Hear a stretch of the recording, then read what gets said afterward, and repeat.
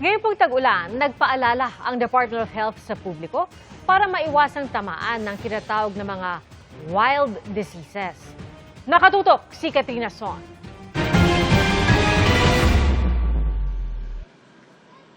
Isang patay na daga ang tumambad sa tapat mismo ng bahay ng tricycle driver na si Leopoldo sa Roxas District, Quezon City. Paalala ito ng banta pa rin ng leptospirosis sa kanilang lugar. Dumating nga sa puntong tinamaan siya ng leptospirosis. Siyempre manghihina ka ganon. Mabuti na lang agapan. Si Margie na nakatira sa tabing ilog, inaalala rin bukod sa leptospirosis ang dengue.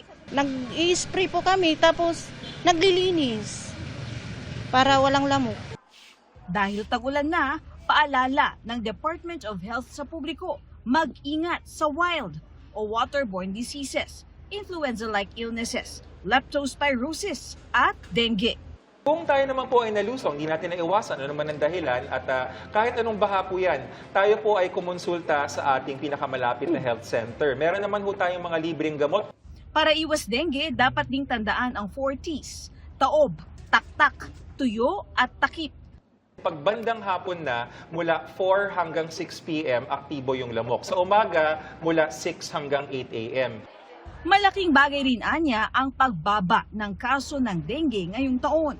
Mula January 4 hanggang May 23 ng kasalukuyang taon, ang naitala lamang nationwide ay 50,727 na kaso ng dengue kumpara sa 114,308 noong nakaraang taon. Paalala ng DOH, malaking tulong na updated sa lagay ng panahon. Dapat din gumamit ng rain gear tulad ng payong, kapote o bota. Siguraduhin din na malinis ang inuming tubig. Kapag may nararamdaman, agad magpakonsulta sa doktor. Katrina Son, Nakatutok, 24 Oras.